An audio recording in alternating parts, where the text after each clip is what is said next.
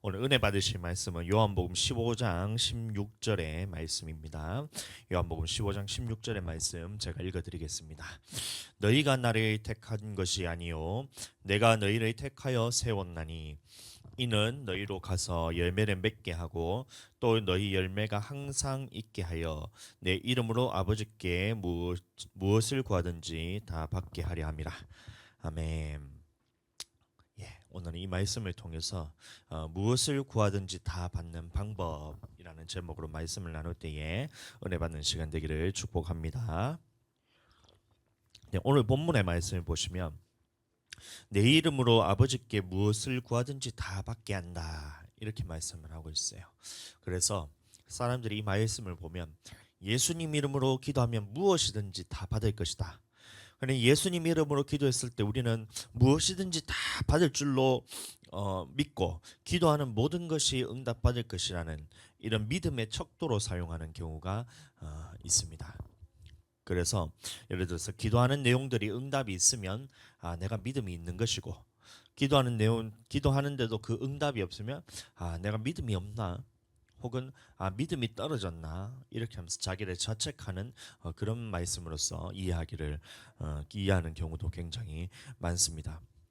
그러나 이 말씀을 볼 때는 요한복음 15장 16절의 말씀만 볼 것이 아니라 이 13장으로부터 연결해서 보아야 될 말씀이지 이 말씀만 보게 된다면 이것을 마치 기도했는데 경답이 받지 않는 경우를 보고 다른 사람이 기도가 부족해서 그런가 믿음이 부족해서 그런가 이런 식으로 판단하거나 정죄하는 경우가 생기기도 하고 또는 혹은 나를 스스로 판단하기도 내가 기도하는데 하나님 앞에서 이런 응답이 없을 때는 내가 믿음이 없는가 보다. 나를 스스로 정죄하기도 하고 내가 믿음이 부족하구나 해서 더 열심히 기도하는 그런 식으로 말씀을 받아들이는 경우가 굉장히 많습니다. 그래서 굉장히 신앙생활을 잘 하고 있음에도 불구하고 이 말씀을 잘못 해석함을 통해서 시험에 들기도 하고 막 그렇게 되는 경우들이 굉장히 많습니다. 그러나 이 말씀에 대해서 제가 먼저 말씀을 드리면 이 말씀은 우리가 기도하는 모든 기도에 주님이 응답하신다는 그런 말씀으로 해석해서는 안 됩니다. 이 말씀은 어떤 말씀이냐면 예수님이 하신 말씀에 순종할 때 그 말씀대로 이루어지는 것을 보게 된다. 이런 말씀으로 해석을 해야 되는 거예요. 그래서 말씀과 상관없이 여러분들이 백날 첫날 열심히 기도하고 죽기 살기로 기도해도 응답이 없는 이유는 이것이 왜 그러냐면 예수님의 말씀 안에서 기도하지 않기 때문에 그런 거예요. 반대로 예수님의 말씀 안에서 우리가 이제 주님의 하신 말씀 안에서 우리가 기도하게 된다면 그것은 우리가 크게 힘을 들이지 않더라도 누구는 생각만 하더라도 그것이 응답이 있는 경우들이 있고 그런 경우들이 있거든요. 또 우리가 기도를 하다 보면 주님께서 하나님의 말씀에 대해서 쭉쭉쭉쭉 생각나게 하시면 그런 말씀들이 이루어져 가는 것들을 보게 된다는 것입니다. 내가 힘을 들여라는 말이 아니란 거예요. 자, 그래서 이 말씀을 계속해서 보겠습니다. 요한복음 13장부터 이 말씀은 예수님이 십자가를 지시기 전에 이 마지막으로 제자들을 불러놓고 하시는 말씀이라 그랬습니다. 그래서 내가 이제 곧 있으면 아버지께로 갈 터인데 너희에게 내가 새 계명을 주노니 이래 말하고 있어요. 주일날 말씀과 나누었다시피 새 계명을 주노니 너희는 서로 사랑하라. 새 계명을 주노니 너희는 서로 사랑하라. 근데 어떻게 사랑해야 되느냐? 내가 너희를 사랑하는 것 같이 너희도 서로 사랑하라. 이것이 바로 새 계명이란 거예요. 근데 이 말씀을 하셨을 때 예수님은 이 제자들이 이 말씀대로 순종하지 못할 것을 아셨거든요. 그래서 제자들이 예수님을 지금은 따라오지 못할 것을 아시고 그래서 어떻게 해야 예수님을 따라가고 이 예수님이 하신 이 계명에 대해서 순종할 수 있는 그 방법에 대해서 쭉 설명하신 것이 바로 14장부터 16장까지의 말씀입니다. 그 말씀에 대해서 제가 이제 간략히 설명을 드리면 예수님이 아버지께로 가면 아버지께로부터 성령을 받아서 너희에게 보내줄 것인데 성령이 너희에게 임하셔야지만 우리는 예수님이 하신 말씀대로 살 수 있고 이 새 계명을 지키면서 살 수 있고 또 너희를 사랑하라는 이 예수님이 완성된 이 새 계명에 대해서 지킬 수가 있고 예수님이 우리를 사랑하신 것처럼 우리도 서로 사랑할 수 있다라는 이 방법에 대해서 쭉 해서 설명을 해주시는 거예요. 그래서 우리는 이 약속하신 성령을 받는 것은 믿음 생활에 있어서 절대적이다. 이렇게 생각하셔야 됩니다. 누구는 이제 간혹 어떤 사람들이 예수님 믿었으면 다 성령을 받았지. 혹은 예수님 믿으면 됐지 성령이 무슨 중요하냐 이렇게 생각하는 사람들도 있고 그렇게 말을 하는 사람도 있는데 그것은 성경에 대해서 전혀 알지 못하는 사람과 같다는 거예요. 성경 전체가 어디에 초점이 맞추어져 있냐면 구약 시대에 있는 모든 말씀들이 예수님에 대해서 초점이 다 맞추어져 있는데 예수님의 사역에 있어서 가장 이제 마지막에 마무리를 하면서 예수님께서 마지막으로 제자들에게 이제 하신 말씀, 다시 말해서 예수님의 전체 사역이 어디에 초점이 맞춰져 있냐면 바로 성령을 보내주겠다는 이 약속에 초점이 다 맞춰져 있어요. 그래서 이 성령에 대해서 알지 못하는 사람들은 그것을 꼭 받아야 되냐, 혹은 예수님 믿으면 다 성령 받은 거지 무슨 믿는 사람에 또 주는 성령이 따로 있냐 이렇게 얘기하고 있는데 그것이 아니라 예수님께서 하신 말씀이 예수님을 믿는 사람들에게 보내주시는 성령이 있다라고 말했기 때문에 우리는 그 성령을 기다리고 그것을 받아야 되는 것이 신앙생활에 있어서는 절대적이다 라고 여러분들 생각하셔야 됩니다. 만약에 예수님을 믿는 사람들이 성령을 받지 않고 신앙생활을 하게 된다면 어떻게 될까요? 그러면 성령 없이 신앙생활을 하기 때문에 항상 육신에 끌려서 내 식대로 신앙생활을 하게 됩니다. 그래서 여러분들 주변에 보시면 그런 사람들이 굉장히 많잖아요. 교회는 다니지만 예수님의 말씀과 상관없이 사는 사람, 하나님의 말씀과 상관없이 사는 사람, 이 성령의 인도하심과 상관없이 자기 식대로 신앙생활하는 경우가 굉장히 많잖아요. 그러니까 교회는 나오는데 어떨 때는 주일 성수하라 했더니만 주일 성수는 내가 하고 싶을 때는 주일 성수를 하고 못할 때는 못하더라도 나는 그렇게 신앙생활 하겠다 이렇게 선포하고 하는 사람들이 왜 그러냐면 성령이 없기 때문에 성령의 말하게 하심을 따라 말하지 않고 육신에 끌려서 말하기 때문에 항상 그렇게 신앙생활을 하는 것 같지만 항상 보면 이제 믿음과 전혀 상관없는 사람처럼 그렇게 살아가는 경우가 많아요. 또 술 마시는 사람들 보면 회식 자리에서 내가 장로인데 이러면서 나도 술 마시는데 집사인 네가 술을 안 마시냐 하면서 이 술을 마시는 사람들. 그럼 성경에서는 술 취하지 말라 이런 방탕한 것이니 너희는 성령으로 충만함을 받으라 했는데 이 말씀과는 전혀 상관없는 사람으로 살아가잖아요. 하나님께서는 우리에게 그런 죄들이 있기 때문에 이런 죄에서 구원하기 위해서 하나님께서 십자가에 지셨는데 그것과 전혀 상관없는 사람입니다. 그래서 성령이 없다면 항상 육신에 끌려서 자기식대로 신앙생활하게 됩니다. 그리고 그런 것들이 전통으로 자리 잡는 순간 믿는 자들을 핍박하는 도구가 되고, 그래서 우리는 성령이 있어야지만 하나님의 말씀을 하나님의 말씀으로 들을 수 있습니다. 만약에 성령이 없다면 하나님의 말씀을 듣더라도 여러분들 예배 시간에 자리에 앉아 있는다고 그것을 하나님의 말씀으로 듣는 것이 아니라 어떤 사람의 말로 듣는 거예요. 목사의 말로 듣는 거예요. 그래서 결국에는 하고 싶은 것은 하고 하기 싫은 것은 안 하고 또 할 수 있는 선에서는 신앙생활 하다가 도저히 자기가 할 수 없는 일들 이런 것들에 대해서는 포기하고 배신하고 떠나가는 경우가 왜 그러냐면 성령이 없어서 그렇습니다. 그러나 우리는 반드시 알아야 될 것이 우리의 믿음의 결국은 나의 영혼 구원을 위해서 우리가 믿음의 생활을 하는 거예요.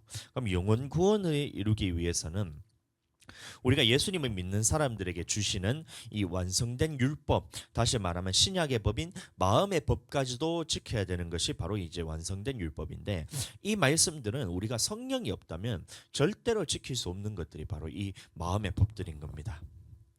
그래서 성령이 없으면 항상 교회에 나와서 배우는 것 같지만 교회는 항상 나오는 것 같고 막 주일 성수도 하는 것 같고 교회는 나오는 것 같지만 뭐 찬양단도 하고 식당 봉사도 하고 찬양 운행도 하고 막 청소도 하고 막 온갖 교회 일은 다 하는 것 같지만 정작 결정적인 순간에는 예수님을 떠나게 된다는 거예요. 성령이 없으면 그렇다는 겁니다. 사랑하는 여러분, 저는 성도를 사랑하는 사람입니다. 그래서 저는 우리 교회에 올 때부터 사람들이 처음에 교회에 오자마자 가장 먼저 하는 것은 뭐냐면 성령을 받게 합니다. 그래서 예수님 믿는 사람에게 성령부터 받게 합니다. 이게 만약에 거꾸로 되면 그거는 잘못된 거예요. 만약에 제자 훈련이니 말씀 훈련이니 무슨 양육 어떤 프로그램이 뭐 이게 좋아서 막 그렇게 막 따라간다 하더라도 성령을 받지 않으면 결국에는 그것을 다 육신으로 하기 때문에 육신으로 시작해서 육신으로 끝나게 되는 거예요. 교회에 나온다고 여러분들 다 되는 것이 아닙니다. 여러분들 말씀을 많이 한다고 해서 많이 공부한다고 해서 그게 영의 사람이 되는 게 아니에요. 기도에 참석을 끊임없이 빠짐없이 한다 하더라도 여러분들 성령 받지 않으면 여러분들 그것은 영의 사람이 아닌 것입니다. 성령 받지 않으면 여러분들 기도에 참석해도 육신으로밖에 기도할 수 없습니다. 그러니까 여러분들 가장 중요한 것이 뭐냐? 바로 성령입니다. 이 성령 받지 않으면 어느 순간 때가 되면 어떻게 되냐면 하나님께서는 이 교회를 세우시고 교회를 가만히 놔두시지 않으세요. 왜 그러냐면 반드시 하나님께서는 이 연단의 과정을 거쳐서 키즈를 통해 이 성도들의 영혼을 구원하기 위해서 마귀로부터 연단하는 것을 허락하시거든요. 교회 온다고 모든 일들이 다 술술 풀리는 것이 아니라 하나님께서는 이 우리 성도들의 믿음을 시험하기 위해서 퀴즈를 하기 시작합니다. 성도들의 퀴즈를 하기 시작하는 거예요. 이렇게. 그럼 퀴즈를 이렇게 할 때 그때 어떻게 되냐면 알곡은 안으로 들어오고 그럼 죽정이는 어떻게 돼요? 밖으로 그렇게 찬양도 있잖아요. 알곡은 안으로 하면서 찬양도 있는데 그것처럼 교회의 퀴즈를 한번 확 할 때 누가 알곡이냐면 성령이 있는 사람들은 다시 교회 안으로 들어오게 됩니다. 그러나 성령 받지 않고 육신으로 신앙생활하는 사람들은 교회에 뭔가 문제가 생기고 이런 일들에 대해서 뭔가 자기 스스로도 마찬가지고 문제가 생길 때 하나님이 퀴즈를 하실 때 믿음에서 떨어져 나가게 되는 거예요. 그만큼 중요한 것이 바로 이 성령입니다. 이 하나님이 교회를 퀴즈를 하실 때 그거 여러분들 힘으로 절대 되지 않습니다. 교회를 할 때 목사님들이 이것 때문에 얼마나 고통받는지 몰라요. 성도들이 교회를 떠나가는 그것 때문에. 그래서 교회를 떠나가면 이것이 진짜 이게 저도 경험해봐서 알지만 나의 살을 애는 느낌이에요. 심장을 도려내는 느낌이거든요. 영혼이 한 사람이 떠나간다는 것이. 근데 이것 때문에 견디지는 못하는 거예요. 얼마나 큰 고통인데 내 힘으로 되질 않아요. 아무리 말씀으로서 막 양육하고 다시 이제 그것을 설득을 하고 좋은 말로서 위로도 하고 이 사람에 대해서 설득도 하고 어떨 때는 막 혼내기도 했다가 막 기도하고 같이 막 부르짖어서 하는데도 되지가 않아요. 왜냐하면 하나님께서 그것을 퀴즈를 하시기 때문에 인간의 힘으로 어떻게 되질 않는 거예요. 그래서 그때는 우리가 주님 앞에 맡겨드리는 수밖에 없는 거예요. 그래서 저희가 교회를 한번 퀴즈를 한번 쓱 했을 때 그때 제가 얼마나 하나님 앞에 이제 매달리면서 주님 하면서 저도 연단을 받는 거예요. 그 사람을 보는 것이 아니라 네가 나를 의지하느냐, 네가 성령님을 의지하느냐, 성령께서 이끄시는 대로 맡기느냐, 네가 네 성도를 네 마음대로 하려고 하느냐, 그것을 하나님께서 저를 보시는 거예요. 그래서 그 성도들을 붙잡고 기도도 하고 말씀도 그렇게 이제 말씀으로서도 잘 가르치려고 그렇게 하는데도 결국에는 떠나가는 그 순간 그때부터는 저를 통해서 또 연단을 하신 거예요. 하나님께서 말씀하시기를 네가 그 사람을 보고 그렇게 목회를 하면 안 되는 것이라는 걸 저에게 또 깨닫게 하시는 거예요. 그래서 주님 맡깁니다 하고 성령님께서 붙들어 주십시오 하고 우리 오는 성도들에게서 성령님에서 그 성령 안에서 기도하게 만들면 기도하는 사람들은 떠나질 않아요. 성령 안에서 기도하는 사람들은 떠나지 않아요. 그러나 성령 안에서 기도하지 않는 사람들은 퀴즈를 하고 문제가 생겼을 때 혹은 교회에 어려움이 생겼을 때 반드시 떠나가게 됩니다. 그러니 많은 사람들이 올 때 그것이 여러분들 좋은 일이지만 영혼들이 많이 구원을 받는 것이 좋은 일이긴 하지만 그 오는 영혼들을 여러분들 성령으로서 케어하지 않고 성령 받게 하지 않으면 여러분들 그 영혼들은 언젠가 다 떠나갈 수밖에 없는 죽정이가 되는 거예요. 그래서 우리는 알곡 만들기 위해서 우리 성도들의 영혼을 알곡 만들기 위해서라도 우리는 반드시 성령 받게 하는 그 사역을 반드시 해야 됩니다. 어제 어떤 목사님이 연락이 오셔서 얘기를 쭉 하는데 이 3주 전에 어떤 집사님이 한 분 이제 교회로 오셨다는 거예요. 어떤 자기 교회에 있던 집사님을 통해서 전도 받아서 교회를 왔는데 이 집사님이 3주 전에 이제 교회를 나왔고 근데 2주 전에 이제 다시 교회를 나올 줄 알았는데 이제 얘기를 들어보니까 이제 자기 남편하고 여행 약속이 있어가지고 여행을 다녀오고 그래서 저번 주에는 교회를 올 줄 알았는데 또 교회를 안 나오는 거예요. 그래서 궁금해하고 있었는데 남편하고 계획이 있어서 그렇게 해서 여행 갔다 와서 저번 주에는 교회를 나올 줄 알았는데 안 나왔다는 거예요. 그래서 궁금해하고 있는 찰나에 이제 그 전도하신 집사님을 통해서 듣기로 그 오셨던 이제 전도 대상자가 돌아가셨다는 겁니다. 이유에 대해서는 이제 자기도 모르겠다 하셨어요. 그래서 하시는 말이 뭐냐면 교회를 나오셨으니까 몇십 년 만에 이제 교회를 다시 나왔으니까 조금 느긋하게 편하게 신앙생활 할 수 있도록 옆에서 좀 도와주기도 하고 이렇게 놔두었더니만 결국에는 이제 돌아가시는 것이 이제 하나님의 뜻이 이제 그게 있으니까 이제 돌아가셨는데 자기가 조금 더 이 복음에 대해서 확실하게 전하지 못했는 이 부분에 대해서 이 마음을 놓고 있었던 것이 너무 후회된다라고 저한테 이제 그렇게 얘기를 하시더라고요. 그래서 저도 생각했습니다. 아, 그렇다. 진짜 이거 신앙생활이라는 것은 마음 놓고 있어서 될 문제가 아니다. 우리가 편하게 신앙생활을 하도록 옆에서 도와주는 것이 아니라 편하게 신앙생활을 하도록 옆에서 방해하는 것이구나. 신앙생활이라는 것은 우리가 진짜 하나님의 말씀에 있어서 예수 그리스도의 복음에 대해서 확실하게 듣고 성령으로 통해서 확실하게 하나님 앞에서 그것을 양육을 해야 되는데 성령 받게 해야 되는데 그렇게 하지 않으니까 결국에는 어떻게 되냐면 육신에 이끌려서 이렇게 살아가는 이 부분에서 보았다는 거예요. 여러분들 한 번 교회 나왔다고 해서 그 사람이 구원받는 것이 아닙니다. 아멘. 여러분들 우리가 전도를 하러 나갈 때 교회로 초청을 하잖아요. 그래서 한 번 전도되어서 교회 나왔다고 해서 그 사람이 영원히 구원받는 것이 아니에요. 또 예수님을 주로 고백했다고 해서 그 사람이 구원을 받느냐? 그것도 아닙니다. 목회자는 여러분들 영혼을 살리도록 부름받은 사람들이 바로 목회자예요. 아멘. 이 교회의 사명은 무엇이냐면 영혼을 살리는 것이 바로 교회의 사명인 것입니다. 그래서 교회는 영혼을 살리도록 이제 세움 받은 것이 교회입니다. 근데 교회가 이 하나님 앞에서 사명을 감당하지 못하면 그 교회는 이미 죽은 교회예요. 그래서 우리는 어떻게 해야 되냐면 항상 성령이 내게서 나타나도록 항상 기도해야 됩니다. 여러분들 말씀만 전한다고 해서 말씀만 잘 가르친다고 해서 그것이 영혼이 살아나는 것이 아닙니다. 이 말씀을 가르쳤다면 그 말씀대로 행할 수 있는 능력을 줘야 되는데 성령 받지 않으면 여러분들 그 능력을 받지 못해요. 그래서 성령을 받게 하는 것까지가 영혼을 살리는 거예요. 그래서 전도를 해서 예수님을 믿게 해서 복음을 듣고 이 사람이 교회를 나왔다면 교회에 나온다고 끝나는 것이 아니라 이 복음에 대해서 확실한 믿음을 가지게 하고 그 다음에 해야 될 것이 바로 성령을 받게 해서 하나님의 뜻대로 살아가도록 옆에서 도와주는 것이 바로 영혼을 살리는 것인데 이 일을 우리가 주님 앞에서 우리가 느긋하게 해서는 안 된다는 이 생각이 제가 들었어요. 그래서 성도들을 향해서 기도하자고 계속해서 하고 말씀을 계속해서 하나님의 순전한 말씀을 계속해서 전해야 되겠다 이 생각이 계속해서 드는 겁니다. 여러분들도 동일하게 생각하기를 그 마음을 먹기 축복합니다. 사모님도 동일하게 우리 교회에 오는 영혼에 대해서는 한 사람도 놓치면 안 되겠다. 전도되는 그 영혼에 대해서 우리는 놓치면 안 된다. 필사적으로 우리가 매달려야 되는데 내 힘으로 하라는 것이 아니라 하나님의 말씀과 성령의 능력으로서 나타나야 돼요. 그래서 내가 기도하기를 우리도 기도해야 되는 것이 성령의 능력이 내게서 나타나기를 기도해야 됩니다. 그래서 누구는 왜 손을 얹었는데 이 사람이 성령을 받고 방언으로 기도를 하게 만들고 어떤 사람은 아무리 기도해도 그 사람이 반응이 없어요. 그것은 여러분들 기도하지 않으면 그것이 나타나지 않습니다. 내가 성령 충만해야 다른 사람들에게 성령이 그대로 이제 전달이 되는 거예요. 임파테이션이 되는 거예요.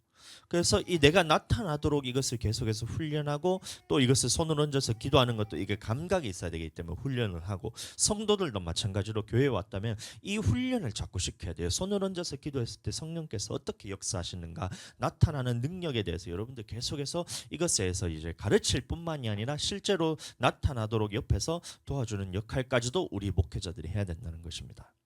아멘. 그래서 그 일을 하게 되길 축복합니다. 예수님이 승천하시기 전에 베드로에게 다시 오셔서 말씀하는 거예요. 이 베드로 입장에서는 되게 뜬금없는 말씀이에요. 뭐냐면 예수님이 베드로에게 질문하십니다. 베드로야, 시몬 베드로야, 네가 나를 사랑하느냐? 이렇게 말하고 있어요. 네가 나를 사랑하느냐? 그때 베드로가 대답합니다. 네 주님, 내가 주를 사랑하는 줄 주께서 아시나이다. 이렇게 얘기하는 거예요. 주님께서 하시는데 왜 나한테 이런 질문하지? 그때 예수님 말씀하십니다. 내 어린 양을 먹이라 이렇게 말하고 있어요. 그럼 내 어린 양을 먹이라는 말씀이 무슨 말씀이냐면 이 순전한 신령한 저주로서 먹이라는 거예요. 섞이지 않은 말씀으로서.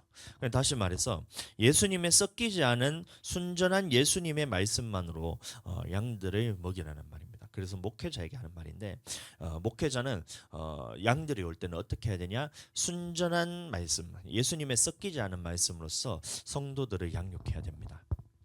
그렇다는 말은 뭐냐면 이 사람의 교훈이 아닌 하나님의 순전한 말씀에 대해서 내가 먼저 알아야 되고 이 말씀을 받아서 그대로 전해야 됩니다. 그래서 저는 이 말씀 시간에 누구의 말 이렇게 전해본 적이 한 번도 없는 것 같아요. 예수님의 말씀을 예를 들어서 누군가에게 들었던 말이라 할지라도 예수님의 말씀이면 제가 전하고 예수님의 말씀이 아니면 제가 이 강단에 서서 말을 해본 적이 없던 것 같아요. 그런가요? 저는 정신없이 하다 보니까 이제 실수로 나올 수도 있을지 몰라도 누구의 말, 누구 신학자의 말 이런 말은 제가 전해본 적이 없던 것 같아요. 성경에 있는 말, 그러면 예수님의 말씀만 전했던 것 같습니다. 왜냐하면 나는 예수님을 사랑하기 때문에 그래요. 예수님을 사랑하기 때문에 순전한 예수님의 말씀만을 전하고 싶은 것이 제 마음입니다. 아멘. 그래서 여러분들이 그 말씀을 들을 때, 이 말을 담임 목사의 말, 김동수 목사의 말로 들으시면 안 되고 예수님이 하시는 말씀으로 여러분들 들으셔야 돼요. 강단에서 선포되는 말을. 그래야 제 영혼도 살고 여러분들의 영혼도 사는 것입니다. 그때 베드로가 이제 예수님한테 말할 때 이제 네 어린 양을 먹이라 했을 때는 이 순전한 말씀으로만 먹여야 된다라는 것을 보여주고, 이 두 번째 예수님께서 또 물으십니다. 네가 나를 사랑하느냐? 베드로가 대답하되 네 그렇습니다. 내가 주를 사랑하는 줄 주께서 아시나이다. 똑같은 질문을 똑같이 대답하는 거예요. 근데 두 번째 예수님이 대답하시는 게 다릅니다. 이르시되 네 양을 치라 이런 말하고 있어요. 네 양을 치라. 이 말씀은 무슨 말이냐면 예수님을 배신하고 떠났던 이 가룟 유다를 예수님은 끝까지 사랑하셨어요. 죽기까지 사랑하셨어요.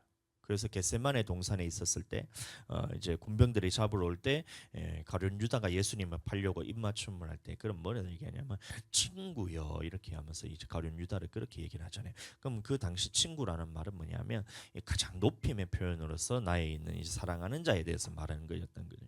그래서 이 가룟 유다가 예수님을 배신하고 팔고 떠나가는 것을 알고 있음에도 불구하고 예수님은 끝까지 가룟 유다를 사랑하셨던 것처럼 여러분들 교회를 떠나는 사람들에 대해서 성도들이 배신을 하고 떠난다 할지라도 끝까지 사랑으로 치라. 이것이 바로 이 예수님께서 베드로에게 두 번째 주셨던 교훈이라는 겁니다. 그래서 저는 우리 교회를 떠나는 사람도 저는 사랑하고 축복합니다. 지금도 우리 교회를 떠났던 사람들이 얼마 되지는 않았지만 교회를 세운 지 얼마 되지 않았는데 벌써 떠나간 사람들이 몇이나 됩니다. 그래서 처음에는 붙들고 애원하고 사정하고 설득하고 기도하고 그렇게 하는데도 떠나갈 사람들을 떠나갑니다. 왜냐하면 성령에 대해서 자기가 그것에 대해서 거부하기 때문에 기도를 아무리 해도 입을 떼서 이제 방언으로서 기도하지 않고 성령 안에서 기도하지 않으니까 성령을 받았다 하더라도 그것이 싫기 때문에 그게 떠나가는 거예요. 그래서 그렇게 하는데도 떠나가는 사람들에 대해서 제가 참 안타깝지만 어쩔 수 없더라고요. 그래서 붙잡는다고 되는 게 아니더라고요. 그래서 끝까지 기도를 하고 있지만 여러분들 그렇다 할지라도 여러분들 그 사람에 대해서 제가 저주하거나 그 사람에 대해서 싫은 마음이 조금이라도 들거나 그러지 않더라고요. 희한하게 더 사랑스럽고 더 안타까운 마음밖에 안 들더라고요. 그래서 좀 시간이 지나면 또 그 사람을 위해서 기도하게 되고 생각나게 되고 이렇게 하나님께서 또 기도하게 하고 이렇게 하는. 그래서 우리는 이 교회를 떠난 사람들도 사랑하고 축복합니다. 여러분들 그 빨리 놓아야 돼요. 여러분들 교회에 떠나간 사람들에 대해서 자꾸 그 사람에 대해서 붙들게 되면 어떻게 되냐면 하나님이 그 붙드는 것 때문에 다른 성도들을 보내주시지 않습니다. 떠나간 사람들에 대해서는 하나님께 맡겨드리고 사랑하고 축복하면서 그렇게 보내고 하나님 앞에 또 매달리고 하나님께 집중해야지 그 사람의 빈자리를 다른 사람으로 채워주십니다. 이거를 제가 잘한 것 같아요.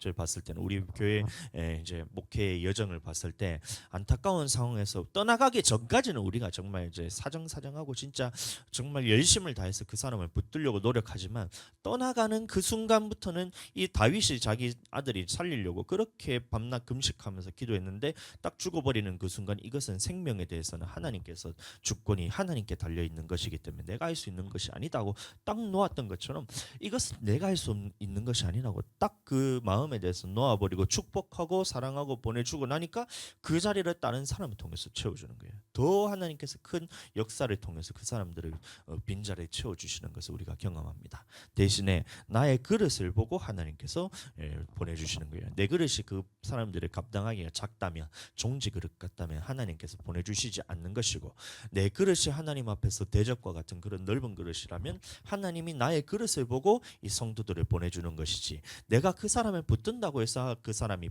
잡히는 것이 아니는 거예요. 그 내가 해야 될 것은 주님만 바라보고 내 이 지경을 넓히시고 하나님 앞에 나의 그릇을 넓히는 이 일을 계속해야 되는 거예요. 그러니까 기도하고 말씀을 내가 더 사모하고 이렇게 하다 보니까 사람들을 더 붙여주시고 또 조금 붙여주시고 우리 교회가 보니까 지금 이제 한 명이 저도 몰랐는데 우리 교회에 좀 새로 온 이 학생이 하나 있잖아요, 여러분들. 그 학생이 지금 온 지 벌써 2달이 다 돼가더라고요. 저는 근데 온지도 언제 왔는지도 기억도 안 나고 그런데 2달 동안 지금 이제 꾸준히 이제 교회를 하고 있어요. 근데 나온다고 우리가 마음 놓고 있어야 될 것이 아니라 여러분들 성령 받게 하고 하나님의 복음에 대해서 확실하게 하고 이 주일을 성수하는 것부터 시작해서 말씀을 순종할 수 있는 능력을 갖추게 해서 하나님의 사람으로 만들어야지 이 넉넉히 있다가 또 하나님의 퀴즈를 하시는 그때가 되면 여러분들 성령 안에서 기도시키지 않으면 그 영혼 떠나갑니다. 그럼 우리 교회 사명이 여러분들 감당을 못하고 있다는 거예요. 목회자로서 영혼 살리는 일에 대해서 우리가 하지 못하는다는 거예요. 여러분들 넉넉히 있으면. 그러니 우리가 부지런히 기도해서 성령 충만해서 그 성도가 왔을 때 그 성도를 성령 받게 해서 여러분들 살려야 돼요. 동참해 주시기 바랍니다. 전도하는데 누가 나한테 묻더라고요. 교회 성도가 몇 명이냐고. 저는 몇 명인지 진짜 생각이 안 나더라고요. 그 순간. 세어보는데도 제가 생각이 안 나요. 이 하나님이 역사하신 것 같아요. 보니까. 교회 성도 몇 명이냐는데 제가 이제 우리 성도를 생각하면서 세어보는데 생각이 안 나요. 몇 명인지. 숫자를 세알리고 있는데 5 넘어가 보니까 손가락이 꼬여가지고 몇 명인지 제가 기억이 안 나가지고 잘 모르겠습니다 하고 이렇게 넘어갔는데 한 10명쯤 되는 것 같아요 하고 이렇게 넘어갔는데 진짜 여러분들 그 생각이 안 나요. 그거 본다고 여러분들 성도가 늘어나고 그거 본다고 성도가 줄어들고 그런 게 아니란 거예요. 우리는 초점을 누구에게 맞춰야 되냐? 하나님께 맞춰야 됩니다. 그럼 하나님께 맞출 때 나의 그릇을 보고 하나님께서 보내주신다는 거예요. 떠나가는 것도 하나님께서 그 사람이 잘못하고 내가 잘못해서 그런 것이 아니라 하나님께서 보시고 이 교회에 하나님이 그릇을 감당할 그릇이라면 보내주고 이 목회자가 그 영혼을 책임지고 영혼을 인도할 것 같으면 보내주고 내가 그런 능력이 없다면 하나님이 보냈다가도 다시 다 데리고 가시는 것이 하나님이 역사인 거예요. 그래서 누구에게 초점을 맞춰야 된다고요? 내가 아니라 그 성도가 아니라 주님께 초점을 맞춰야 된다. 우리는 해야 될 것은 사랑밖에 없습니다. 아멘. 그렇게 되게 축복합니다. 이제 3번째 베드로에게 예수님이 묻는 거예요. 네가 나를 사랑하느냐? 이 베드로가 이제 근심이 되는 거예요. 똑같은 말로 3번이나 질문하니까 주님이 내가 주님을 사랑하는 거 아는데 왜 똑같은 질문을 3번이나 하시지? 고민이 되는 거예요. 그래서 베드로가 대답하되 주여 모든 것을 아시오매 내가 주를 사랑하는 줄을 주께서 아시나이다. 이래 얘기합니다. 그때 다시 예수님이 대답하시기를 이르시되 내 양을 먹이라 이래 말하고 있어요. 그래서 앞에서도 양을 먹이라 하고 뒤에서도 양을 먹이라 하니까 이게 무슨 말인지 사람들이 이해를 못합니다. 그래서 문맥적으로 뒤를 쭉 살펴보시면 바로 다음에 말씀이 무슨 말씀이냐면 이 젊어서는 네가 원하는 대로 띠뛰고 다닐 것인데 늙어서는 네가 원하는 대로 띠뛰지 않고 남이 니한테 띠뛰어 가지고 그렇게 해서 원치 않은 곳으로 데려가리라 이 말씀이 나오거든요. 그래서 이 말씀이 무슨 말이냐면 이 젊었을 때라는 말은 뭐냐면 성령 받기 전을 의미하는 거예요. 성령 받기 전에는 네가 원하는 곳으로 이끌려서 살아간다는 거예요. 베드로가. 그래서 예수님을 죽음 앞에서 배신하여 떠나가기도 하고 베드로가 주님 기도하라 했을 때 기도하지도 못하고 내가 원하는 대로 그 살아간다는 거예요. 그러나 이게 이후에는 뭐냐면 늙어서는 말은 뭐냐면 나이가 많으셨다 이게 아니고 늙어서라는 말은 뭐냐면 예수님이 베드로가 성령을 받게 된 이유로 어떤 삶을 살게 될 것인지에 대해서 이제 말하는 거예요. 그래서 베드로가 어떻게 성령에 이끌려 살다가 어떻게 죽음을 맞이할 것인지에 대해서 성령께 이끌려 받았을 때는 죽음을 불사하고 예수님을 증거하다가 죽게 될 것이라는 이 말씀에 대해서 하시는 거거든요. 그래서 이 3번째 네 양을 먹이라 이 말은 뭐냐면 성령 받으라는 거예요. 성령 받으라. 성도들에게 성령으로서 먹여야 예수님의 말씀을 따라 살 수 있고 죽음을 불사하고 예수님의 말씀을 순종할 수 있는 것이지 성령으로 먹이지 않는다면 성도들은 반드시 배신하고 떠나게 된다는 거예요. 이것을 보여주고 있어요. 성령으로 먹이지 않으면 성도들은 반드시 배신하고 떠납니다. 아멘. 그래 우리는 부지런히 이 성령으로 먹여야 돼요. 성령으로 먹여라. 성령으로 먹여라는 말이 무슨 말이에요? 여러분들 성령을 떠먹이나요? 요플레처럼 로아 이유식 먹이듯이 성령을 떠먹이나요? 그것이 아니라 기도를 통해서 손을 얹고 기도해서 성령 충만하게 만들어야 돼요. 성도들은 세상을 살다 오기 때문에 여러분들 항상 육신의 것이 묻어오고 세상적인 것들이 묻어오게 됩니다. 그러면 그런 것들에 대해서 성령의 능력으로 장악할 수 있는 능력을 갖춰서 손을 얹어서 그런 것들에 대해서는 다 쫓아내주고 다시 성령 충만하게 만들라는 거예요. 성령 충만하게 만들라. 또 기도를 스스로 하게 만들어서 성령 충만하게 만들라는 거예요. 그런 교회 환경도 분위기도 다 그렇게 조성을 하는 거예요. 그래서 우리가 금요일에도 기도하고 토요일에도 기도하고 주일에도 기도하고 기도에 대해서 계속해서 기도회를 우리가 하는 것이 뭐냐면 이 성도들의 성령으로 먹이지 않으면 성도들은 배신하고 떠나가거든요. 지금 성령 충만하다고 해서 영원히 성령 충만한 것이 아닙니다. 여러분들 죄 짓고 하나님의 말씀에 불순종하면 또 성령이 쪼그라들어요. 속에서 성령이 힘을 뻗치지 못한다는 거예요. 그러면 마귀에게 장악당해가지고 처음에는 막 시험 들기 시작하다가 나중에는 예수님을 배신하고 떠나가는 그런 레파토리를 따라간다는 겁니다. 그러니까 어떻게 해야 돼요? 여러분들 성령으로 먹이셔야 돼요. 그러면 무슨 말이에요 그게? 네가 성령으로 먹일 수 있도록 네가 먼저 성령으로 충만해야 된다. 그렇게 되게 축복합니다. 그래서 예수님이 말씀하실 때 네 어린 양을 먹이라, 네 양을 치라, 네 양을 먹이라 이 말이 뭐냐면 성령으로 치고 말씀 순전한 하나님의 말씀으로 먹이고 사랑하고 끝까지 사랑하고 배신하고 떠나더라도 사랑하고 그 다음에 성도들에게 성령으로 먹이는 이 사역에 대해서 이제 예수님이 말씀하신 것처럼 그 사역을 감당하는 내용입니다. 자 다시 본문으로 돌아서 요한복음 15장은 무슨 말이냐면 이 포도나무의 비유에 대해서 쭉 나옵니다. 그 다 아시는 내용이니까 제가 이제 간략하게 설명만 드리면 예수님이 말씀하시기를 나는 포도나무요 너희는 가지라 이 말씀하시고 있어요. 그래서 예수님이 포도나무고 우리는 가지란 겁니다. 그러면 그래서 어떻게 해야 되냐면 가지가 네 마음대로 살아라는 것이 아니고 포도나무에 붙어 있지 않으면 가지는 어떻게 돼요? 버려져서 단에 묶여져서 불사르게 된다는 겁니다. 그럼 우리는 예수님 앞에 붙들려 있지 않으면 우리는 밖에 버려져서 불살라지게 된다는 거예요. 그래서 예수님에 붙어 있지 않으면 우리는 열매를 맺을 수 없고 불에 던져서 사르게 된다. 그래서 이 열매가 무슨 열매냐면 사랑의 열매라는 말씀을 드렸어요. 요한복음 13장의 말씀이 말씀하신 그 새 계명을 지키는 것인데 새 계명을 주노니 너희는 서로 사랑하라. 이게 열매 맺는 거예요. 그럼 서로 사랑하라는데 어떤 사랑을 해야 되냐면 내가 너희를 사랑하는 것 같이 내가 너희를 사랑한 것 같이 너희도 사랑하는 이 열매를 말하는 거예요. 그 포도나무의 열매가 무슨 열매냐면 예수님처럼 사랑하는 이 열매를 말하는 것입니다. 아멘. 성령의 열매가 아니에요. 포도나무의 열매는 무슨 열매냐면 예수님이 우리를 사랑하는 것 같이 우리가 서로 사랑하는 이 열매를 의미하는 거예요. 그래서 서로 사랑하는 열매를 의미하는데 이거 내가 너희를 사랑하는 것 같이 사랑하는 열매 이것은 내 힘으로 되지 않는다고 했습니다. 아멘. 내 힘으로 되는 게 아니란 거예요. 예수님처럼 사랑하는 것이 내 힘으로 될 것 같으면 우리는 굳이 예수님을 믿을 필요도 없고 성령을 받을 필요도 없잖아요. 근데 이게 내 힘으로 되지 않기 때문에 우리가 성령을 받아야 되는 거예요. 여러분들 이것을 거꾸로 되면 안 됩니다. 교회에서 보시면 사랑에 대해서 굉장히 많이 강조합니다. 왜냐하면 교회가 사랑이 없거든요. 사람들이 성령이 없으면 사랑이 있을 수가 없거든요. 그래서 교회에서 선포하는 거예요. 사랑해야 됩니다. 사랑합시다. 제발 좀 사랑합시다. 예수님이 말씀하셨잖아요. 새 계명을 준다니까 서로 사랑하라 했잖아요. 사랑합시다. 이렇게 외치는 거예요. 근데 그런다고 아무리 외쳐도 되나요 그게? 이 방법을 모르기 때문에 사랑하지는 못하는 거예요. 사랑하라는 말이 무슨 말인지도 모르고. 그래서 어떤 목사님들이 협박을 합니다. 예수님께서 사랑하지 않으면 여러분들 밖에 들어져서 불사른다 했잖아요. 여러분들 지옥 가요. 사랑하지 않으면 지옥 가요. 이런데도 사랑 안 하실래요? 이러고 있어요.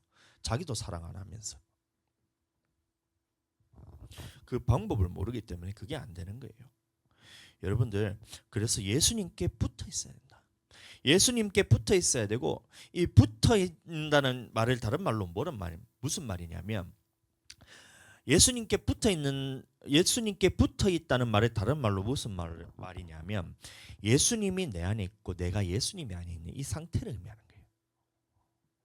예수님께 붙어 있읍시다 해서 막 교회에 붙어 있고 막 그렇게 하는 것이 아니고 예수님께 붙어 있는다는 말은 뭐냐면 예수님이 내 안에 있고 내가 예수님 안에 있는 이 상태를 의미하는 거예요. 상태. 요한복음 15장 4절 말씀 보겠습니다.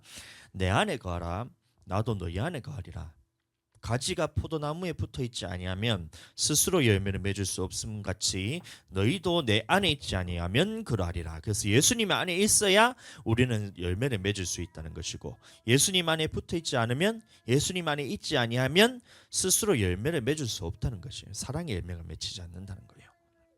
그래서 예수님이 내 안에 있다, 이 말이 무슨 말이냐면, 한번 생각해 보세요. 예수님은 지금 승천하셔서 하나님의 우편에 앉아 계십니다.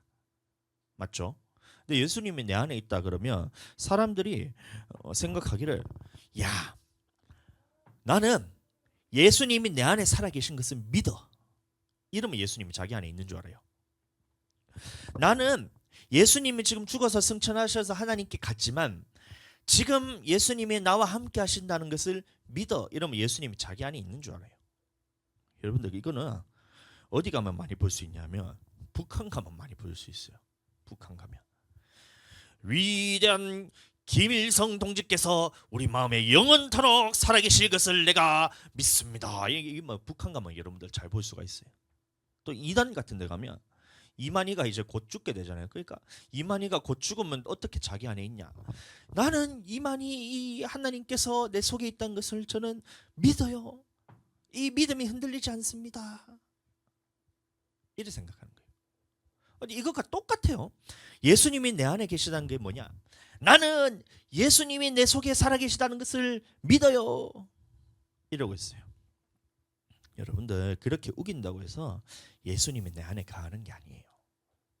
이 방법에 대해서 모르면 여러분들도 똑같이 우기다가 결국에는 조금만 틀어지는 일이 있으면 예수님이 내 안에 안 계신가? 예수님이 나와 함께 하신다 했는데, 나와 함께 한다고 했는데 나는 왜 이러지? 이런 식으로 신앙생활이 이상하게 됩니다. 자, 그게 무슨 말이냐면, 예수님이 내 안에 있다는 말은 뭐냐면 예수님의 말이 내 안에 간다는 거예요. 요한복음 15장 7절 말씀, 너희가 내 안에 거하고 내 말이 너희 안에 거하면 무엇이든지 원하는 대로 구하라. 그리하면 이루리라. 이래 말하고 있어요. 그래서 예수님이 내 안에 거한다는 말은 뭐냐면 예수님의 말씀이 내 안에 있다는 것을 의미합니다. 예수님의 말씀. 그런데 예수님이 우리에게 주신 말씀들은 있는데 이 말씀들에 대해서는 지키지 않고 예수님께서 하신 말씀들에 대해서는 불순종하고 자기 마음대로 살아가면서 예수님이 그래도 나와 함께 하신다는 것을 믿어, 이렇게 말한다면 그것은 여러분들 맹종이고 맹신입니다. 맹신. 북한에 사는 것과 똑같아요. 김일성 수령을 섬기는 거나 여러분들 이만희 같은 그런 이단 사이비 종교 대빵을 섬기는 거나 예수님을 그렇게 믿는 거나 똑같은 거예요. 내 안에 계신 것을 믿어. 얼마나 믿어지지 않으면 그것을 믿는다고 그렇게 선포하란 말이에요. 마음은 편안할지 몰라도 여러분들, 이것은 올바른 지식이 아니기 때문에 결국에 망하게 된다는 거예요. 예수님의 말이 내 안에 거한다는 말이 무슨 말일까요? 예수님이 내 안에 있다는 말은 뭐냐면 예수님의 말씀이 내 안에 있다는 말인데, 예수님 말씀이 내 안에 거한다는 말이 무슨 말이냐면 요한복음 15장 10절 말씀 보겠습니다. 내가 아버지의 계명을 지켜 그의 사랑 안에 거하는 것 같이 너희도 내 계명을 지키면 내 사랑 안에 거하리라. 좀 이해가 되시죠? 무슨 말인지. 예수님의 말씀이 내 안에 거한다는 말은 뭐냐면 계명을 지킨다는 말이에요. 계명을 지킨다. 예수님도 아버지의 계명을 지킨다라고 말씀하셨는데 오늘날 계명이 없어졌다, 율법이 없어졌다고 말하는 사람들은 도대체 자기가 예수님보다 더 뛰어난 사람인지, 안 그래요? 예수님도 아버지의 계명을 지킨다 그랬는데 그럼 예수님이 살아계셨을 때는 신약 성경이 없었잖아요. 그러면 그 말씀 지켰다는 것은 구약에 있었던 그 계명들을 예수님도 지켰다 말하고 있는데 예수님이 지켰던 그 계명을 자기는 계명이 없어졌다 그러면서 지키질 않아요. 그럼 도대체 자기가 예수님보다 더 뛰어난 사람이 아니면 도대체 어떻게 그렇게 얘기를 할 수 있냔 말이에요. 여러분들, 계명이 없어진 게 아니라 새 계명을 우리에게 주셨다 했는데 이 새 계명이 예수님이 우리를 사랑한 것 같이 서로 사랑한 것이 바로 새 계명이란 거예요. 그래서 예수님이 우리를 사랑하는 것 같이 서로 사랑하라 그러니까 이웃을 위해서 목숨을 버리는 그 사랑을 여러분들 그렇게 생각하면서 나도 내 이웃을 위해서, 내 친구를 위해서, 내 가족을 위해서 혹은 원수를 위해서 자기 목숨을 버리는 것을 여러분들 그 사랑이라 생각하잖아요. 제가 주일날 그렇게 말씀을 드렸잖아요. 그래서 거기까지 딱 생각을 합니다. 제가 다시 말씀드릴게요. 조금 더 나아가서 생각을 해봐야 돼요. 우리는 하나님의 말씀에 대해서 우리는 깊이 묵상하고 생각을 해봐야 되는데, 이 말이 무슨 말이냐면, 예수님이 우리를 사랑하는 것 같이 서로 사랑하라 했을 때, 예수님이 우리를 어떻게 사랑하셨냐? 십자가에 달려 죽으심을 통해서 자기 목숨을 대속물로 우리에게 주신 그 사랑을 의미합니다. 맞죠? 근데 그 사랑은 어디에서 나오냐면, 하나님께서 말씀하신 그 말씀에 목숨을 버린 거예요. 이해가 되세요? 예수님이 우리를 사랑하는 그 사랑을 확증하셨다 했을 때, 예수님 스스로 생각해서 나는 이 사람들의 영혼을 위해서 내 목숨을 대속물로 주어야 되겠지라고 예수님 스스로 그 목숨을 버리는 이런 목숨의 사랑이 아니라, 이것도 궁극적으로는 어디서 나오냐면, 하나님께서 명령하신 이 모든 성경을 이루기 위해서 하나님의 말씀에 목숨을 버려서 그 목숨을 버리는 순종함을 통해서 우리를 구원하신 것, 이것을 의미한다는 거예요. 하나님의 말씀에 목숨을 버려서 순종하는 것 같이 내가 너희를 사랑한 것처럼 너희도 하나님의 말씀이라면 목숨까지 버려서 순종함을 통해서 사람들을 사랑하라는 거예요. 아멘. 그래서 요한복음 12장 15장 12절, 이게 새 계명이라 그런 것이 그러고 있는데, 내 계명은 곧 내가 너희를 사랑하는 것 같이 너희도 사랑하라 하는 이것이냐. 그래서 우리끼리 서로 사랑하라 이 말이 아니고, 내가 그 사람을 위해서 목숨을 버리는 것, 물론 그렇게 해야 되는 것이 말씀이기 때문에 그렇지만, 이것보다 더 궁극적인 그 이유에 대해서 찾아간다면, 너희가 이웃을 사랑해야 하는데 왜 사랑해야 되는지 아느냐? 하나님이 너희에게 명령하신 그 명령에 순종하기 위해서 목숨을 다할 때 네가 이웃들을 사랑할 수 있다는 거예요. 그 세 계명을 의미한다는 거예요. 예수님이 우리를 위해서 어떤 사랑을 보내보셨어요? 십자가의 죽으심을 통해서 우리를 위해 대신해서 목숨을 버리신 이 죽음을 의미합니다. 왜 십자가에 달려 돌아가셨냐요? 자기는 근본 하나님의 본체시나 하나님과 동등될 것을 취할 것을 여기지 아니하시고, 자기 육신을 오셔서 하늘의 영광 모든 것들을 다 버리고 육신으로 오셔서 사람과 같이 되셔가지고 그 고난들을 다 받으시고 십자가의 죽으심까지 복종하시는 이 사랑을 의미하는 거예요. 십자가에 죽기까지 복종하는 이 사랑을 의미한다는 거예요. 아멘. 그래서 우리도 예수님과 같이 세 계명대로 서로 사랑하려면 하나님의 말씀에 죽기까지 복종하는 이 계명을 순종하는 이 믿음 가지고 우리 사람들을 사랑하는 것이지, 내 식대로 사랑하면 절대 그것이 하나님의 사랑이 될 수 없다는 거예요. 요한복음 15장 13절, 사람이 친구를 위하여 자기 목숨을 버리면 이보다 더 큰 사랑이 없나니 너희는 내가 명하는 대로 행하면 곧 나의 친구라. 이 말하고 있어요. 그럼 무슨 말이에요? 계명 지켜라. 예수님께서 완성시키신 그 계명을 지키란 말입니다. 예수님을 사랑한다고 말만 하지 말고, 이웃을 사랑한다고 네가 네 사랑으로 그렇게 찝쩍찝쩍대면서 그렇게 하는 게, 여러분들 그게 사랑이 아니란 거예요. 내가 너희에게 전하여 준 계명을 지켜야지 너희가 나를 사랑하는 것이고, 내가 준 계명을 지켜야지 너희가 내 안에 있는 것이고, 계명을 지켜야 너희가 나의 사랑에 있는 것이고, 계명을 지켜야지 너희가 이웃을 사랑할 수가 있다는 거예요.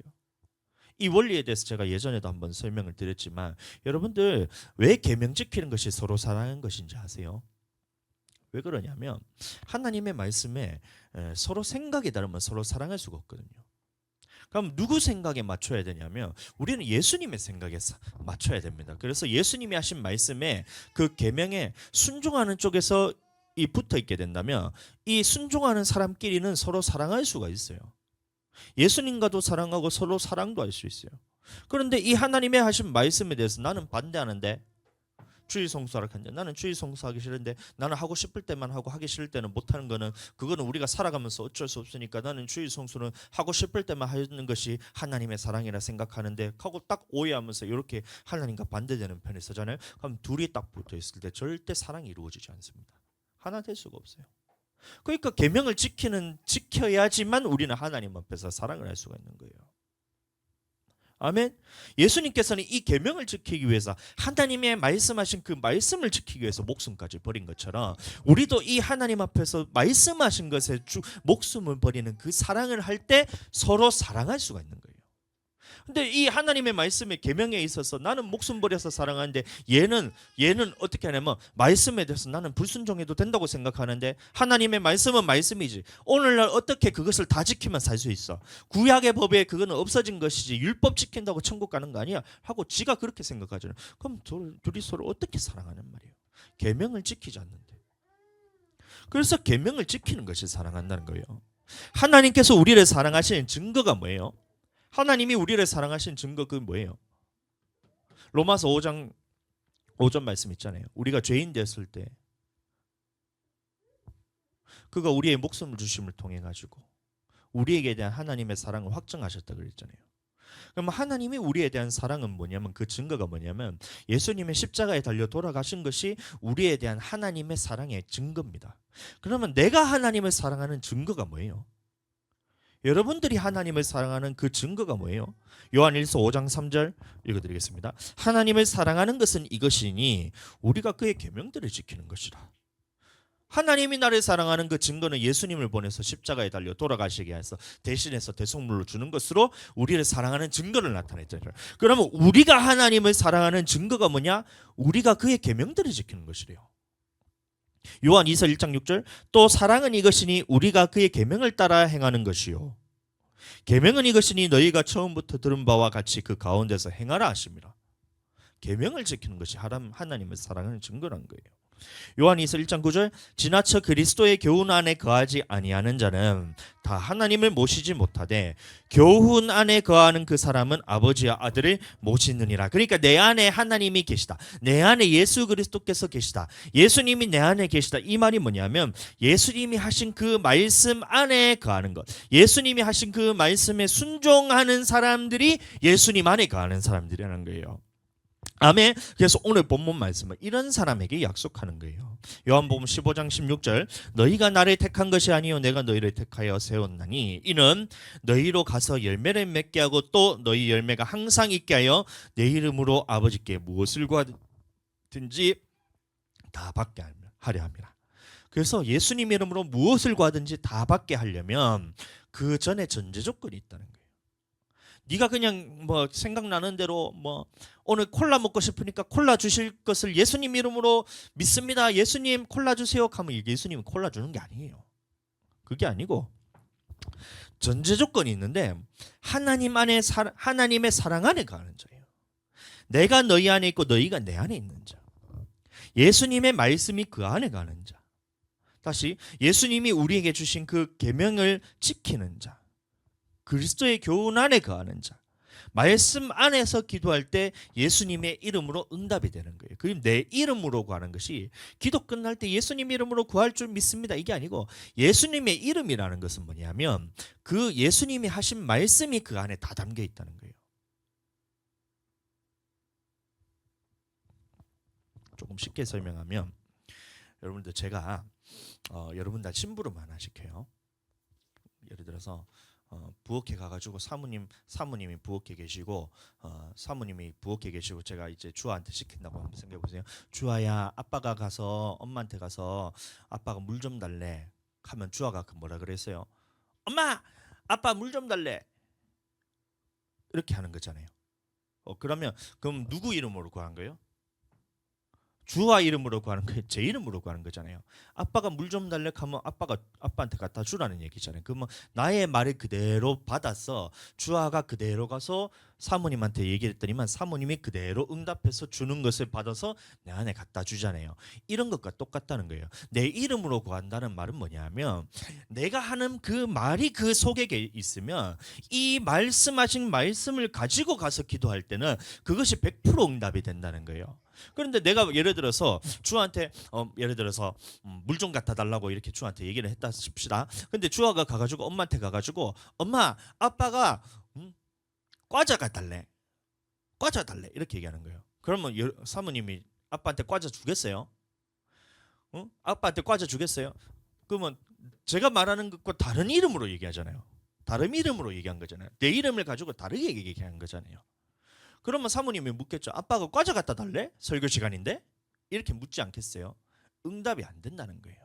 그러니까 우리가 기도에 이렇게 되면 안 되는 거예요. 내 이름으로 구한다니까 아빠가 물 좀 달래 하면 그것은 내가 물을 달라고 시켰기 때문에 하는 것이기 때문에 이것이 응답이 되지만 이게 전혀 맞도 않고 이게 좀 맥락상 맞지도 않고 상황도 그런 상황이 아닌데 주아가 설교 시간에 갑자기 사모님한테 가더니만 과자 달래 이렇게 하면 그것은 응답되지 않는 기도와 똑같다는 거예요. 그럼 우리가 하나님께 기도할 때도 마찬가지로 예수님 이름으로 뭐 집이 잘 될지어다, 뭐 예수님 이름으로 뭐가 될지어다, 예수님 이름으로 뭘 달라 할지어다, 막 달란 말이야 하면서 막 이거 달란 말이야 저거 달란 말이야 기도한다고 해서 그 모든 기도가 다 응답되는 것이 아니라 말씀하신 그 말씀 안에 있는 것이 그 이름으로 기도하는 거예요.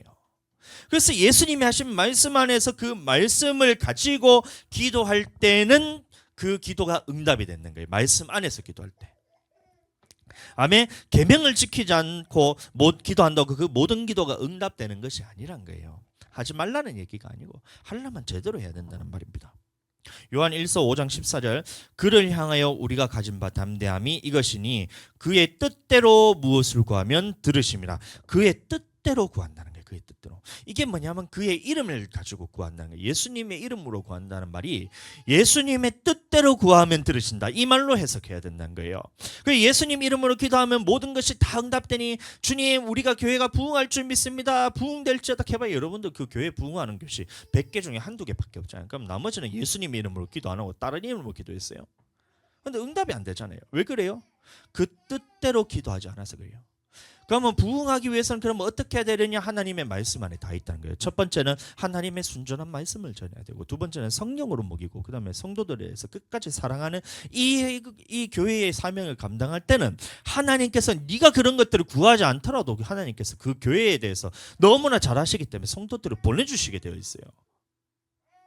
그러니까 부흥을 위해서 기도하니까 예수님 이름으로 부흥될지어다 이게 아니고 하나님의 말씀에 찾아서 부흥하기 위해서는 어떻게 해야 되느냐? 순전한 하나님의 말씀을 전하고 성령으로서 먹여서 영혼이 살리는 역사가 나타나고 또 나가서 전도는 해야 되죠. 당연히 전도하고 할 때 전도는 그것은 당연히 해야 되는 것이고 그렇게 할 때 하나님께서 우리의 교회를 보시고 이 교회에 영혼을 보내줬을 때 야 넓은 마음 교회는 영혼을 살리는 교회구나. 그러면 이 김해 지역에서 사람들을 보내주시는 거예요. 김해 지역뿐만이 아니라 부산에서 보낼 수도 있고 어떨 때는 서울에서 보낼 수도 있죠.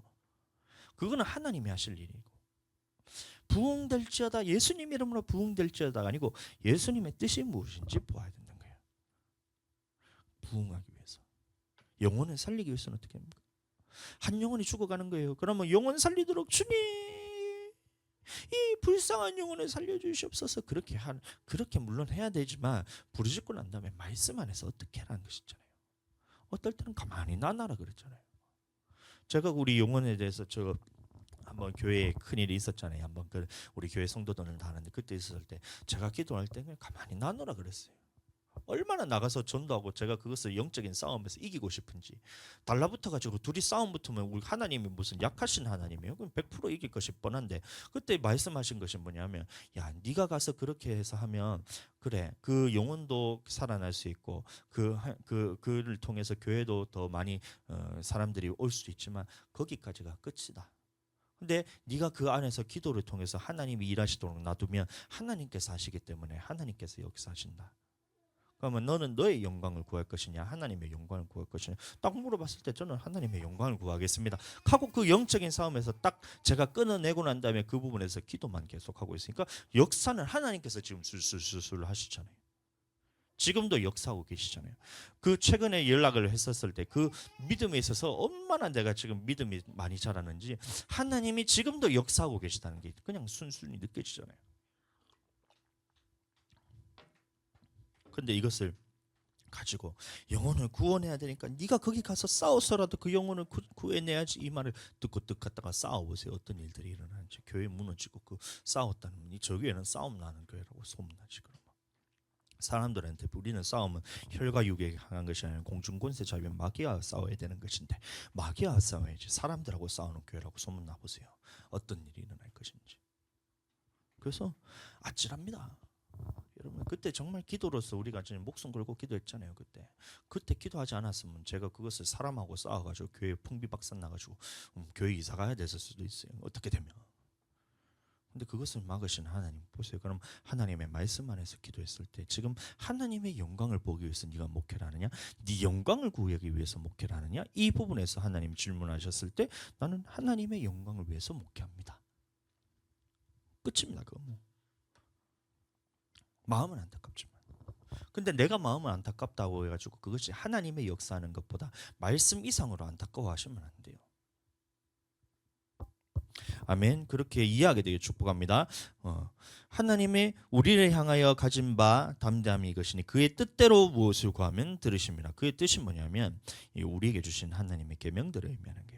그래서 예수님이 완성시키신 계명에 대해서 어디에 나오냐면 마태복음 5장부터 7장까지를 보시면 이 완성시키신 소개법까지도 완성시키신 예수님의 계명에 대해서 말하고 있는 것이고, 이런 법을 지키는 사람들, 그 말씀 안에서 기도하는 사람들에게는 무엇이든지 구하면 들으시고 응답하시겠다는 이 하나님의 말씀이란 거예요. 그래서 사랑하는 여러분, 이 소개법은 우리 힘으로 절대 지킬 수 없다 그랬습니다. 살인하지 말라는 것이 미워하지 말라는 것 말씀으로 바뀌었잖아요. 미워하는 것도 살인이라는 말씀으로 바뀌었고, 간음하지 말라는 것이 음욕을 품는 자마다 이미 마음에 간음하였다 그랬잖아요. 그럼 이것을 어떻게 지키냔 말이에요. 사도 바울도 그것 때문에 평생을 이 자기에게 올라오는 이 육신의 소욕 때문에 그것 때문에 공고한 사람이라고 자기가 말했는데, 그럼 날마다 우리를 사로잡아 가려는 이런 육신을 끌고 가려는 이런 것에서 건져낼 사람은 아무도 없다는 거예요. 그래서 예수님께서 성령을 보내주셨다는 겁니다. 성령을. 사람이 할 수 없는 그것은 성령께서 하시기 때문에, 그래서 내가 할 수 없는 그것을 하나님이 하시기 위해서 하나님이 직접 우리에게 오시거나 예수님을 직접 우리 속에 오셔서 예수님이 내 안에 간다면 그 말이 뭐냐면 성령을 보내주셔서 내 안에 함께 하시겠다는 거예요. 성령을 보내서. 그래서 성령이 내 안에 있다는 것은 믿는 것이 아니라 성령이 내 안에 계신 것은 아는 거예요. 아는 거. 그래서 아직 성령 침례 받지 않은 사람들은 반드시 성령 침례를 받아야 됩니다. 그럼 성령 침례 받은 사람들은 이 한번 성령 침례 받았다고 끝났나, 그것이 아니고 날마다 기도함을 통해서 성령 충만해요. 해야 돼요. 그래서 사도행전 2장에서 성령 충만 받았던 이 사도들이 사도행전 9장 8장 가시면 또다시 모여가지고 기도해가지고 빌기를 다음에 모인 곳이 진동하더니 하나님의 성령이 임하셔가지고 다시 충만함을 받았댔잖아요. 그것처럼 우리도 한번 성령 충만함으로 끝난 것이 아니라 날마다 성령 충만함으로 나아가야 된다는 겁니다. 아멘. 그래서 성령 충만할 때 우리는 예수님의 명한대로 할 수 있고, 성령 충만할 때 우리는 예수님의 사랑을 할 수 있는 거예요. 예수님이 사랑하신 대로. 또 성령 충만할 때 예수님을 사랑할 수 있고, 성령 충만할 때 우리는 예수님 안에 갈 수가 있다는 거예요. 내가 예수님 안에 있고 예수님은 내 안에 있는 거. 아멘. 요한일서 4장 13절 그의 성령을 우리에게 주심으로 우리가 그 안에 거하고 그가 우리 안에 거하시는 줄을 아느니라 그랬습니다. 그래서 성령이 내 안에 오셔야지 내가 주님 안에 있고 주님이 내 안에 있는 것을 안다 그랬어요. 믿음으로써 바른 것이 아니라 내 안에 있는 것을 아는 거예요. 성령이 오셔야 우리는 예수님 안에 거하고 말씀 안에 거할 수 있습니다. 이 포도나무의 비유가 이거는 거예요. 니들이 아무리 예수님한테 붙어 있으려고 안간힘을 써봐야 가지가 나무에 붙어 있고 싶어서 안간힘을 써서 붙어 있는 거예요. 그게 아니란 거예요. 노력해라, 죽을 힘을 다해라, 사랑하기 위해서 네가 목숨을 다해라, 이런 말씀하신 것이 아니라 성령이 오시면 너희가 예수님께 붙어 있을 수 있다는 거예요. 방법이 있다는 거예요. 사랑하는 것도 방법이 있다는 거예요. 계명 지키는 것도 방법이 있다는 겁니다. 네 노력으로 해라, 네가 열심을 다해서 해라, 죽을 힘을 다해라, 이렇게 해서 사랑해라 이 뜻이 아니고, 이렇게 사랑하는 방법이 있다는 거예요. 계명을 지키는 방법이 있다는 거예요. 그 방법이 뭐예요? 성령이 임하고, 그럴 때 내가 너희 안에 거하고 너희가 내 말 안에 거하는 그때에 예수님께서 우리에게 주신 완성된 계명인 소개법을 지키면서 살아갈 그때에 예수님께서 예수님의 이름으로 구하는 것은 모든 것을 다 받을 수가 있는 거예요. 성령 안에서 많이 기도하게 되시길 축복합니다. 여러분들 앞에 것을 하고 뒤에 것을 해야 쉬운 거예요. 수학도 그렇잖아요. 이 더하기 빼기를 알아야 뒤에 곱하기 나누기를 할 수가 있지. 곱하기 나누기를 배우고 난 다음에 인수분해를 하고 미분족분을 할 수 있지. 여러분들 더하기 빼기도 못하는데 미분족분 할 수 있어요? 그게 안 되잖아요. 그러니까 마찬가지예요. 성령 없이 여러분들 말씀에 순종, 그것은 물론 말씀에 순종하는 것은 맞지만 미분족분과 같은 거예요. 그건 엄청나게 어려운 거예요. 말씀에 순종하는 게. 근데 하는 방법이 있다는 게 있는데, 첫 번째로 뭐예요? 예수 그리스도를 믿고 성령 받아야지 네가 그것을 할 수 있는데, 해낼 능력이 있는데, 성령 받아는 이 성령으로는 먹이지 않고 말씀에 순종해야 된다, 말씀에 순종해야 된다. 뭐 그 말씀에 순종이 되냔 말이에요. 안 된다는 겁니다. 여러분들 그래봐야 한번 깬또 찍어가 맞출 수는 있더라도 여러분들 수학을 잘하지는 못하는 거예요. 그 사람들은. 그렇죠? 순서가 있다는 겁니다. 성령 안에서 기도하면 뒤에 말씀의 순종은 저절로 따라오는 거예요. 성령 안에서 기도하면 이 하나님의 말씀이 들리기 시작하는 거예요. 성령 안에서 기도할 때 영적 전쟁을 해나갈 힘이 생기고, 성령 안에서 기도할 때 말씀에 순종하는 것도 그때 돼서야 가는 거예요. 순서가 되는 거예요. 순서가. 이해하게 되기를 축복합니다. 주의 성수해라고 백날 여러분들 힘들게 하지 말고 이 성령 받게 하세요. 성령 받게. 성령 받으면 주의 성수가 쉬워지는 거예요. 아멘. 순서에 대해서 기억하시고 우리가 해야 될 일들을 해야 됩니다. 말씀은 말씀대로 선포하고 순전한 말씀을 선포하되 성령으로 먹이는 일을 같이 해야지. 이것을 빼먹게 되면 더하기 빼기는 가르치지 않고 곱하기 나누기는 가르치지 않고 미분적분을 해내라고 사람들에게 억압하는 것밖에 안 되는 거예요. 그거는 불가능한 겁니다. 그렇잖아요. 더하기 빼기가 안 되는데 곱하기 나누기가 안 돼요. 주와보고 미분적분 풀어라 해보세요. 와, 시키는 사람도 곤욕이고 하는 사람도 곤욕이고 그거 불가능하고 또 순서가 있다는 거 여러분들 생각하시고 우리가 성령 안에서 기도함을 통해서 예수 그리스도께서 하신 말씀 안에 우리가 가고 하신 말씀 그 계명 안에 가면서 순종하면서 우리가 주님 안에서 구하는 그 모든 것들에 받을 수 있다는 그 사실에 대해서 여러분들 기억하게 되시고 그 모든 하나님의 능력을 다 받아서 사용할 수 있게 되는 여러분들 되기를 축복합니다.